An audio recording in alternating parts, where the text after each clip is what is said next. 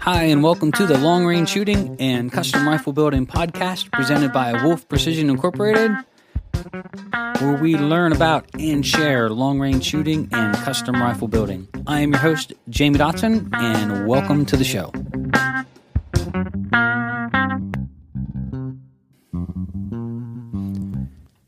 Hi, and welcome to episode 7 of Wolf Precision Incorporated's Long Range Shooting and Custom Rifle Building podcast. In this podcast, we're going to be talking about getting yourself ready to attend a shooting school. All the things that you should keep in mind, some questions you should ask, and getting yourself prepared to get as much information from the shooting school as possible.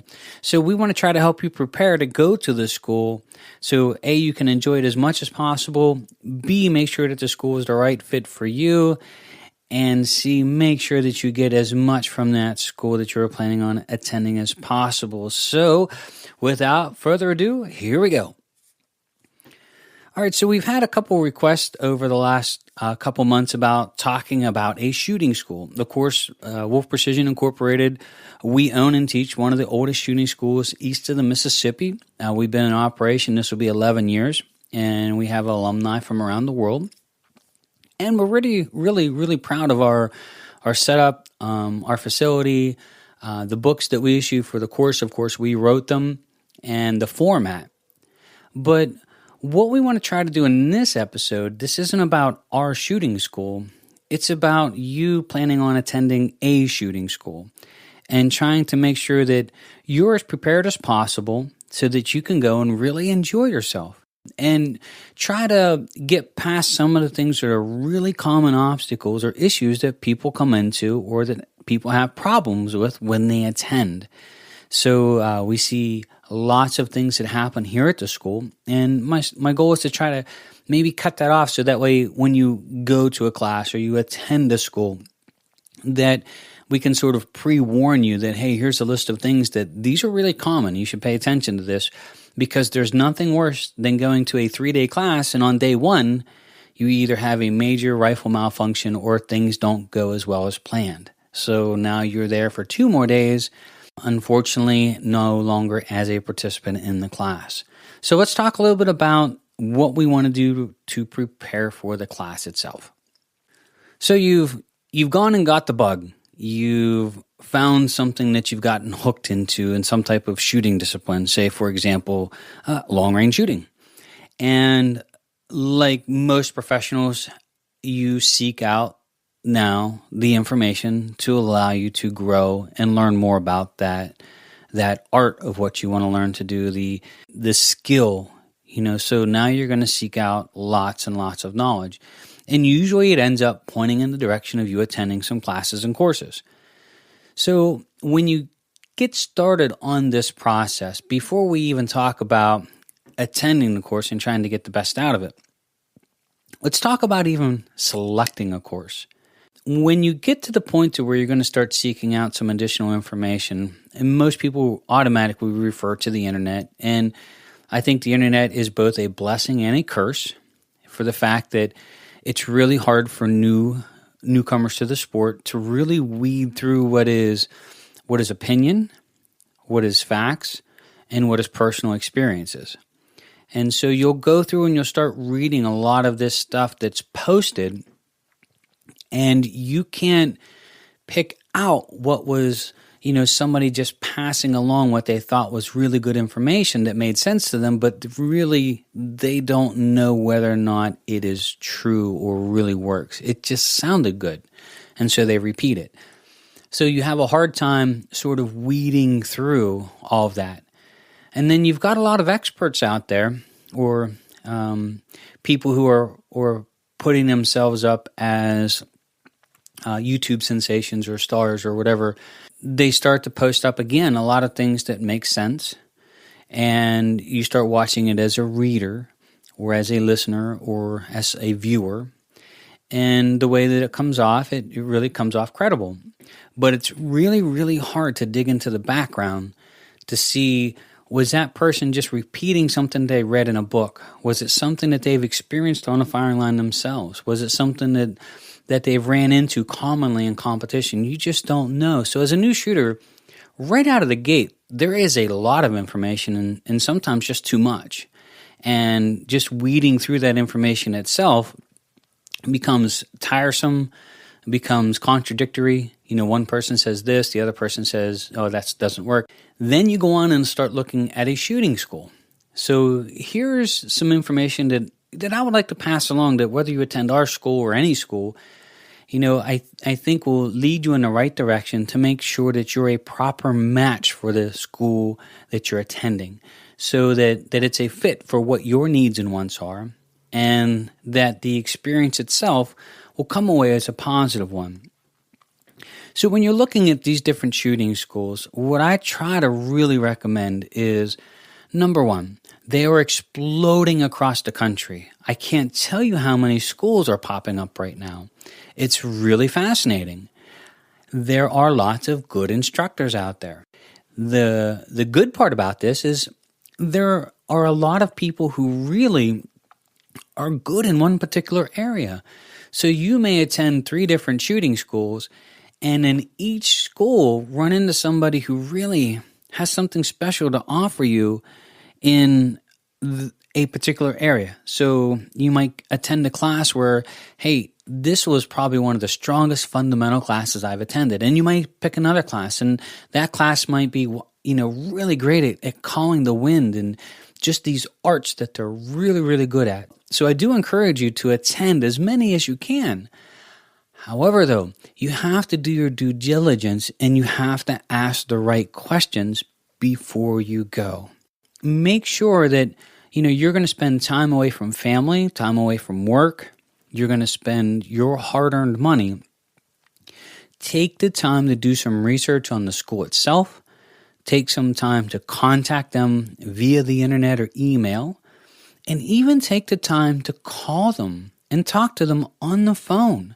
And the reason I tell you all of these things is we're all learning a really similar skill set. So whether you're a long-range hunter or someone who's getting ready to go on one of your first big hunting trips, or whether you're someone who's gotten really, keyed up to get into the tactical type matches, call the instructors and talk with them a little bit about what your expectations are, and more importantly, what you're really trying to come to learn. And that way you can feel if this is a match for me. This guy's really, we've got a connection here. He knows what I'm looking for and what I'm trying to get from this particular school.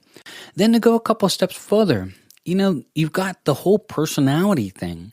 You've got a lot of personalities involved in shooting, and you've got a lot of personalities involved in the instructors that actually teach it. And so, you might go to a particular school that's super dress right dress and marching up and down the firing line and barking orders and, sort of that scenario. And then you might go to another class where you've got 13 shooters and the instructor's all kicked back and laid back and, just do this over there and just do that over here. And so you've got everybody in between.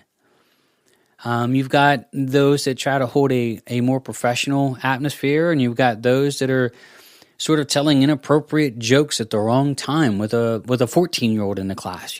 You have to spend some time talking to the people to try to make sure that they're really keyed up and focused on knowing what you as a shooter are looking to get from the class. But then the other part is, to make sure that it's a proper fit.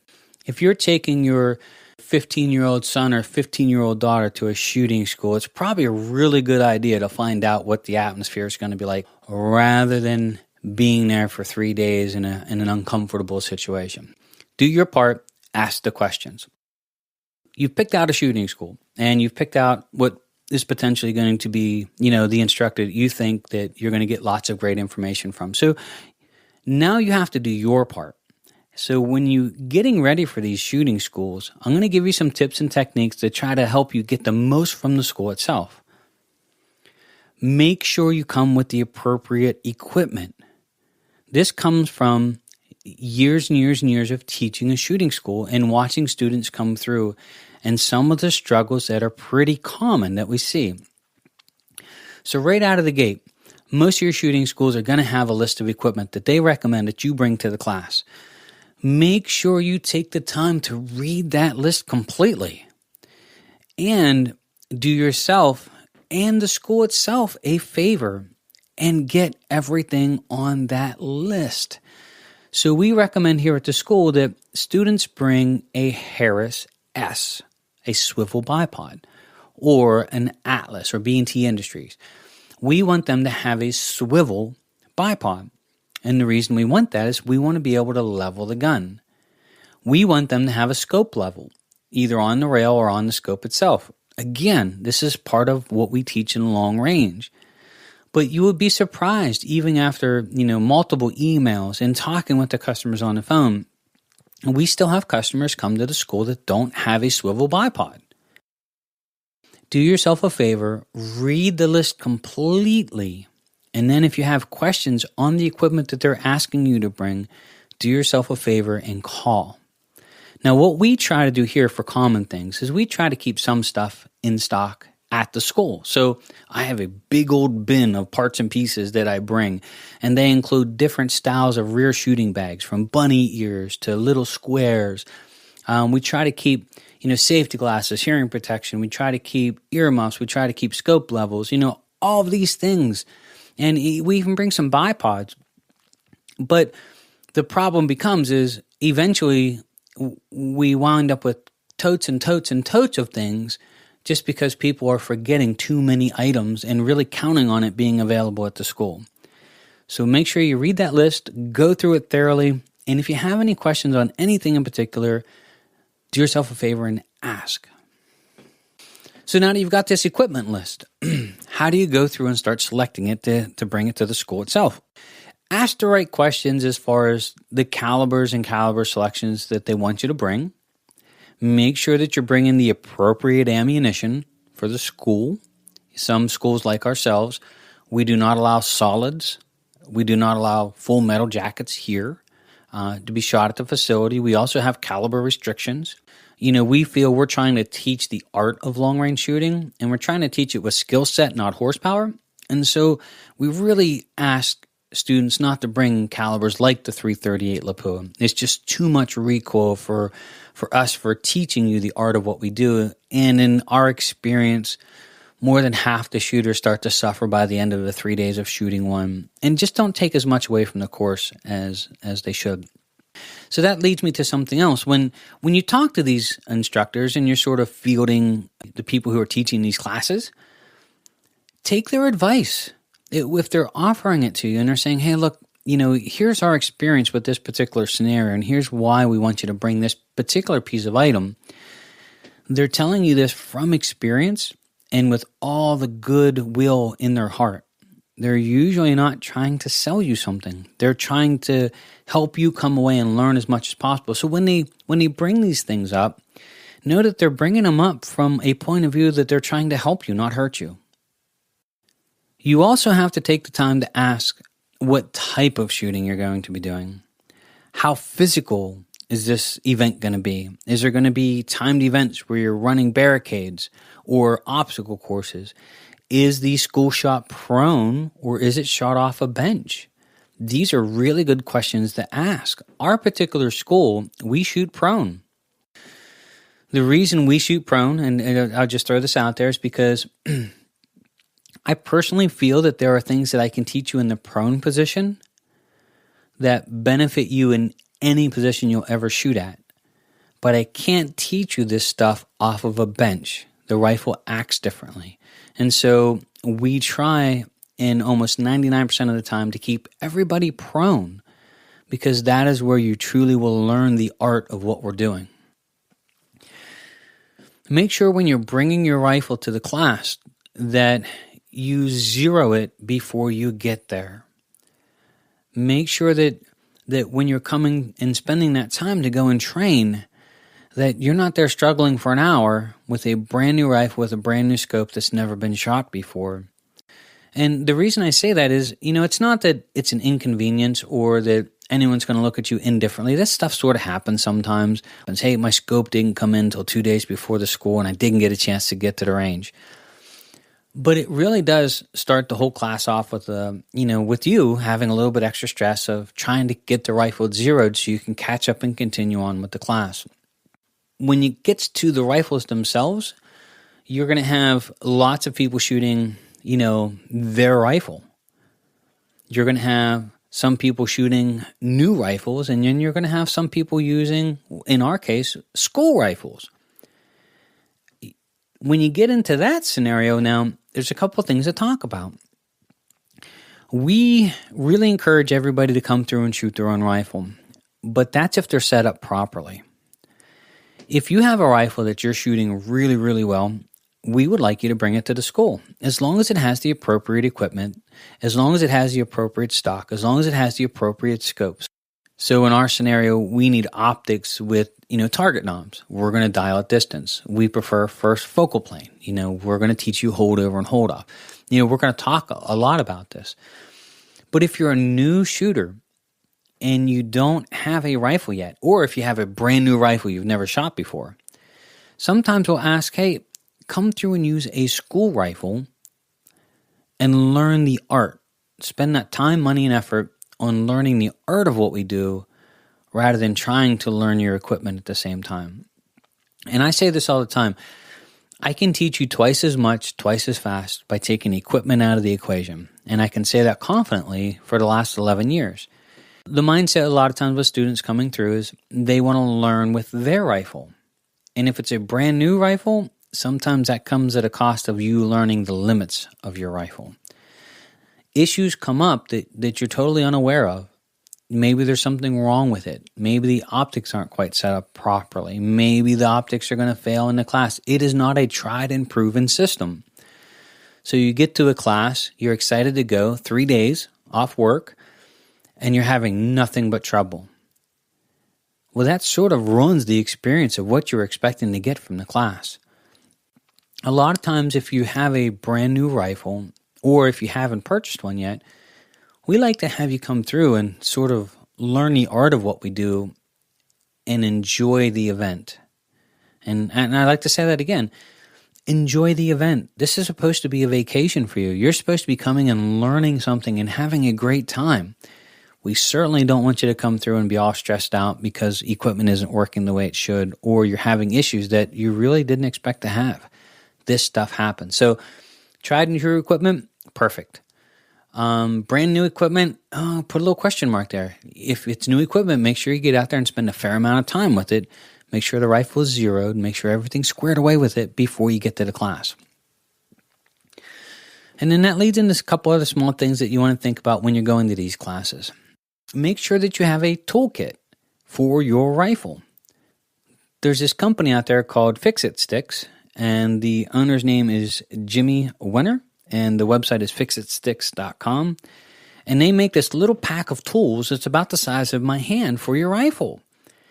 And I will tell you, it's one of the most fantastic little tools that I own. It has all the torque limiters in there, and it has everything that I need to tighten down my action screws, my scope rings, bases.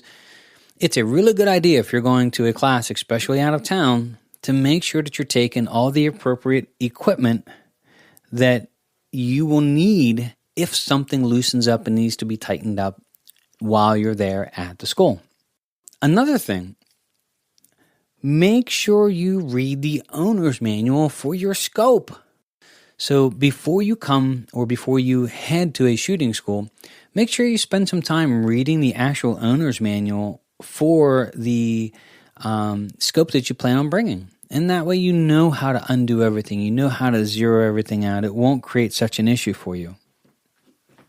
Now I'm going to circle back around and I'm going to go into equipment just one more time. And I would like to share with you some of the things that we've learned here from the shooting school for you in case you go to a shooting school. Our goal is to help you get the most out of it. Equipment matters. We have a lot of bolt action rifles come through the school, and generally speaking, they do really, really well. But there's lots of bolt action rifles that have a $50 Tupperware stock that as your face gets on the gun, it bows in the middle. Not going to do you a lot of good. When you're gripping the rifle, you can twist the stock left and right like a Twizzler. because the stock is so cheaply made. Not going to do you a lot of good at long range. Same thing goes with some of the optics. We had, some clients ask us once at a show, hey, would this particular scope do well at your shooting school? And I had never heard of this scope before. And I said, well, I really don't know. Let's do some research and find out. Well, it turned out to be a $99 scope made in China. And the only thing it said on the scope was made in China. No, that's not really a good choice to go and learn and train to 1,000 yards. Make sure you break down each individual component and sort of know that these things are going to be limiting factors to not just you learning, but you enjoying.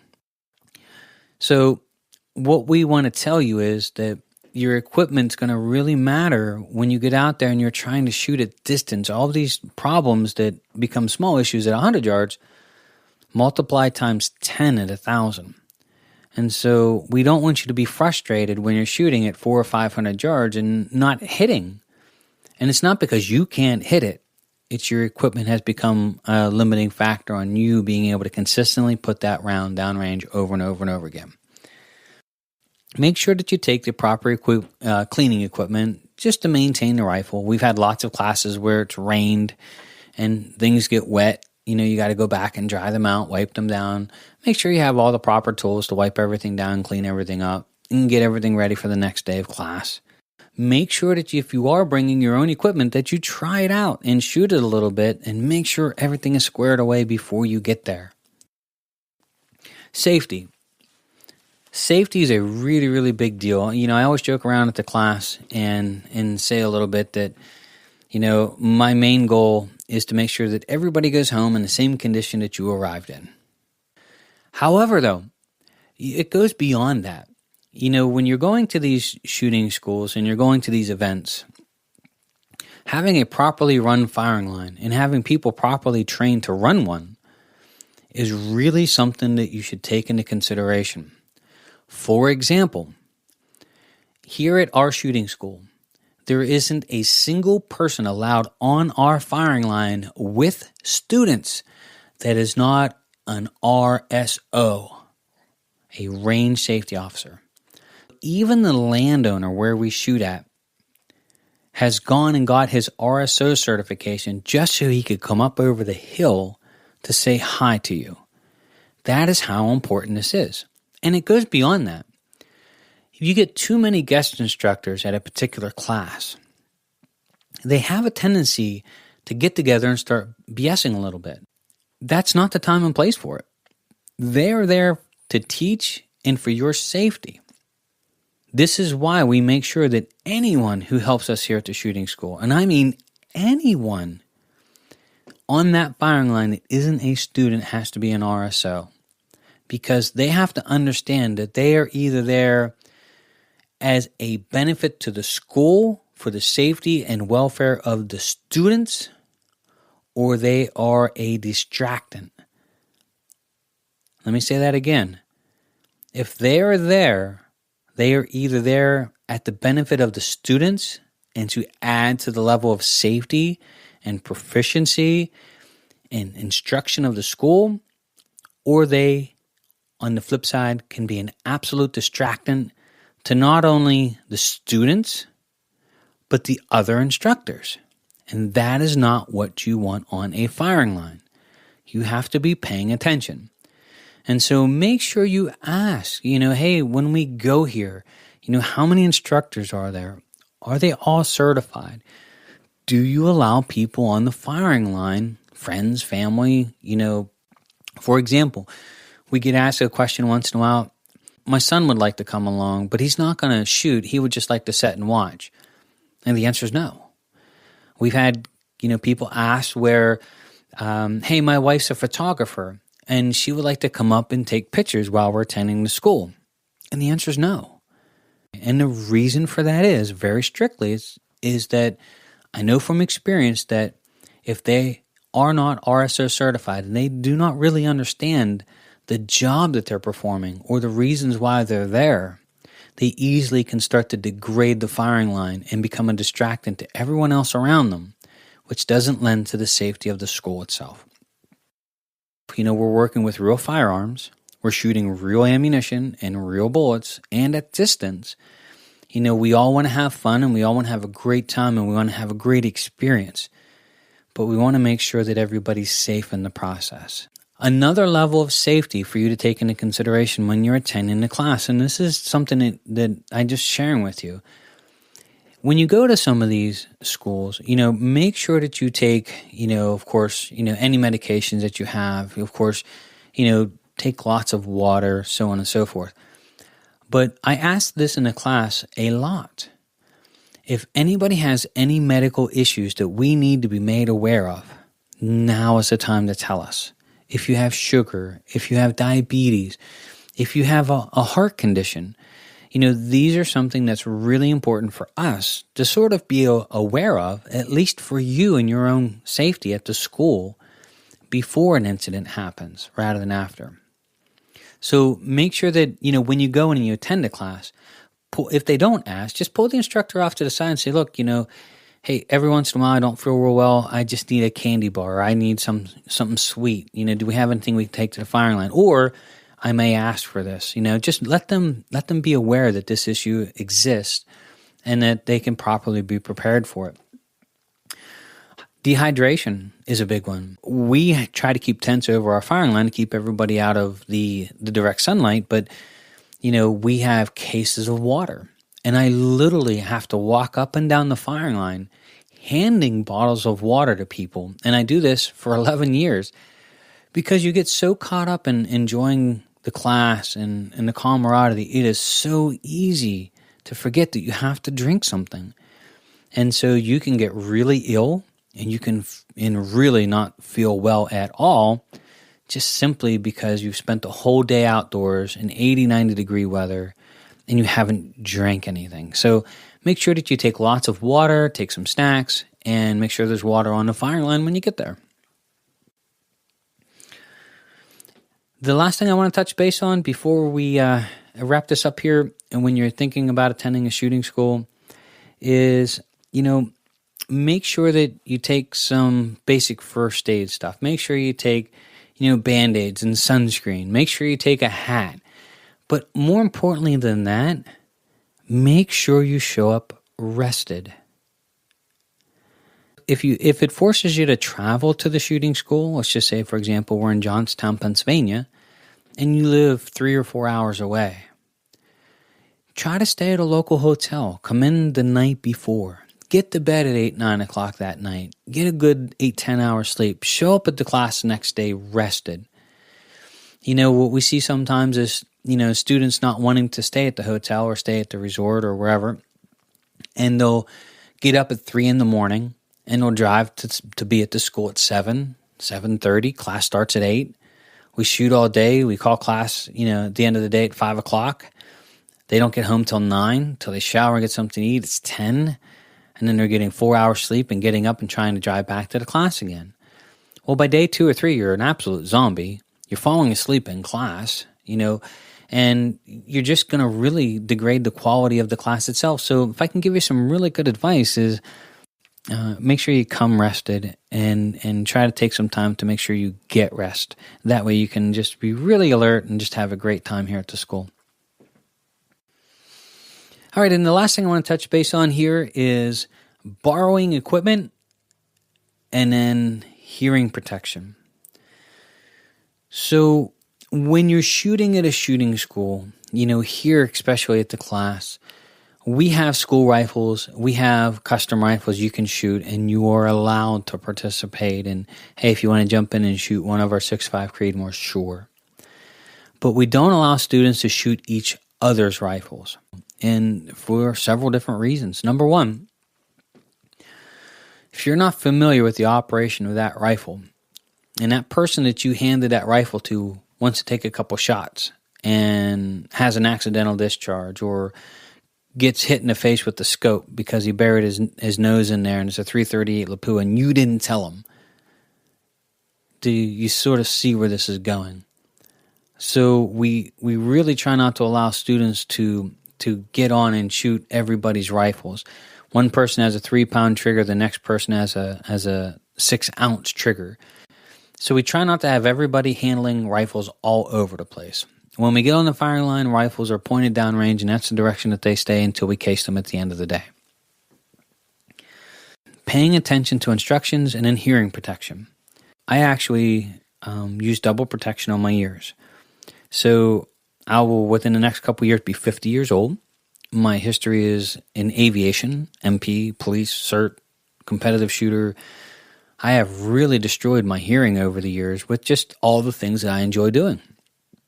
So I'm really cautious on trying to take care of it. So the molded-in electric earplugs that you'll see people wearing a lot of times have less of a decibel rating than an actual foam set of earplugs.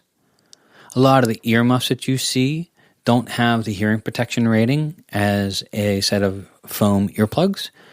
And so what I really recommend is, not just a good set of foam earplugs, but new ones each day. But then I actually go one step further in protecting my hearing, and I use a set of Dylan electric earmuffs. And the reason I put electric earmuffs over is it gives me double protection from gunfire. So there's lots of muzzle brakes showing up at school. There's a lot to take over the course of 3 days. There's a lot of firing going on. So that protects your hearing. The electronic muffs allows me to turn the volume up so it sort of makes your voice and everything that's going on the firing line sound as normal as if I had no earplugs or earmuffs on. So it allows me to turn the volume up of the electronic muffs so I can hear what everybody's saying. If somebody asks a question, I can hear the rifles being loaded. And as a student, it would be really nice to be able to hear the instructor with double protection on. And so I really like the Dylans or something along that line that's really sleek and you can still shoot prone with them. But I actually go as far as using double protection on my ears.